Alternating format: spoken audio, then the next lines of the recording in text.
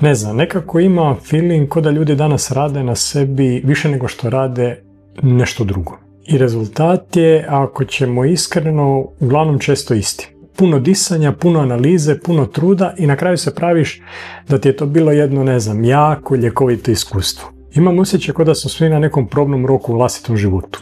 Kao ajde, ne znam, još samo ova 3 tečaja o postavljanju granica ili ne znam 2 radionice o samopoštovanju ili jedno povlačenje u tišinu gdje te u biti prisile da platiš to što ćeš šutit i kao na kraju onda će doći ta neka nova i najbolja verzija tebe će samo tako sići s neba. A do tad nema života nego eto, samo neki proces. I ono što se danas dosta čuje je radim na sebi. To je ko dijagnoza. Jer normalno danas više nema obične šetnje. Danas ne ideš više šetat, nego ideš procesuirat emocije. I nema više ispijanja kave sa frendom ili frendicom, nego danas uzemljuješ živčani sustav.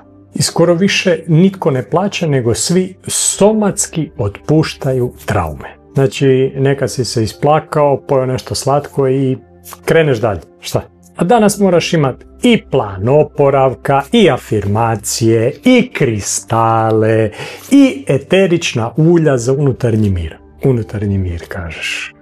A ovamo si živčana bomba, čim ti neko parking uzme. I cijela ta self-help scena je jedina industrija koja ti odmah postavi dijagnozu da nisi normalno dovoljno dobar i odmah ti i proda terapiju za to.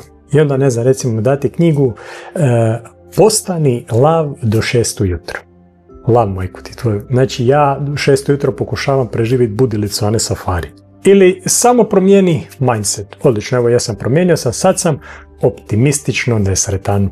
Ili budi prisutan u trenutku. I jesam, i trenutak je totalna koma i šta sad? Rad na sebi danas je ko da cijeli život stojiš na startu i zagrijavaš se. Svi se rastežu, dišu, rade mentalne pripreme, ali niko nikad ne krene trčati. Znači, cijeli svijet na zagrijavanju i trenutno radim na granicama. Znači, imaš više granica nego Schengen. I pa i sad ovo, sve zvuči onako ozbiljno i filozofski. Ništa onako više nema nekakav običan naziv. Znači, više ne griješiš, nego sad rasteš kroz iskustvo. I više se ne nerviraš, nego te dotakne vlastiti okidač. Ali nije tebe dotaknuo nikakav okidač, nego stvarni život. I ne treba ti nikakva fancy terminologija, nego ne znam, popodnevno malo drijemanje i jedan sendvič, pa da vidiš. Ali opet s druge strane i kužim, zato što jednostavno sram nas je biti obični. Sram nas je biti normalni smrtnici sa neurednim ormarom, ne znam, jednim lošim danom i 3 loša izbora. I umjesto da živimo, mi ko da želimo biti nekakav projekt. I nemaš više identitet, nego pa i sad ovo, imaš roadmap. Q1 upoznaj unutarnje dijete. Q2 postavi granice. Q3 monetiziraj mir. Q4 ni ne znam više ni šta bi izmislio. Moram biti iskren i moram reći da sam ja to radio. Znači, vagao, ne znam, svaki obrok, svaku emociju, svaku misao.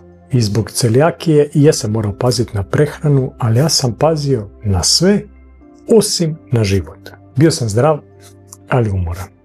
Smiren, ali isprazan.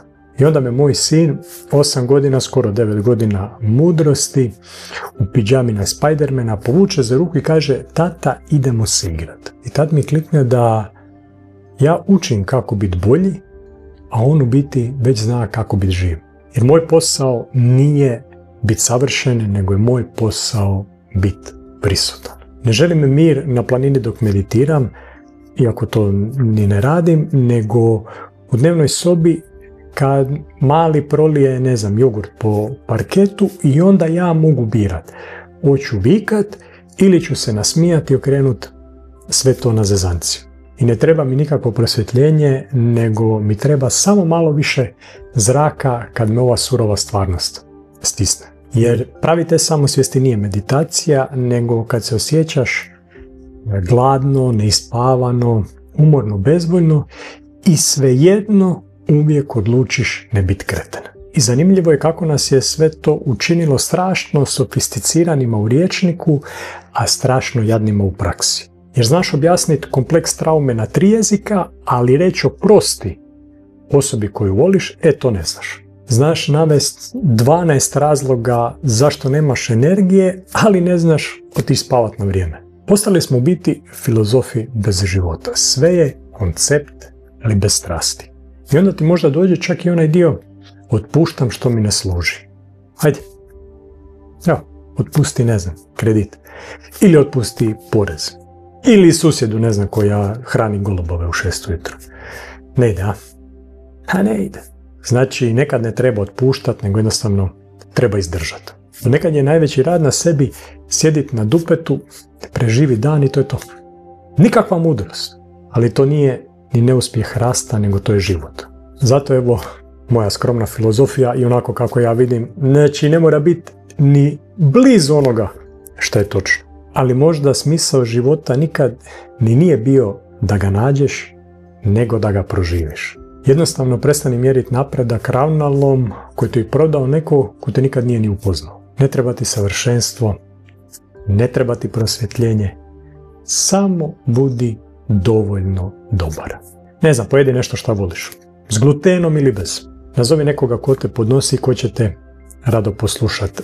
Prošeći, ali bez slušalica i bez muzike, čisto samo da čuješ vlastite misli kako se svađaju i mire. I kad te uhvati poriv da opet radiš na sebi, ajde daj prvo provjeri da li to radiš zato što te stvarno briga za samog sebe ili iz straha zato jer misliš da nisi dovoljan. Jer kad prestaneš raditi na sebi i počneš živjeti, onda sve ono što pokušavaš postati napokon stvarno i jesi.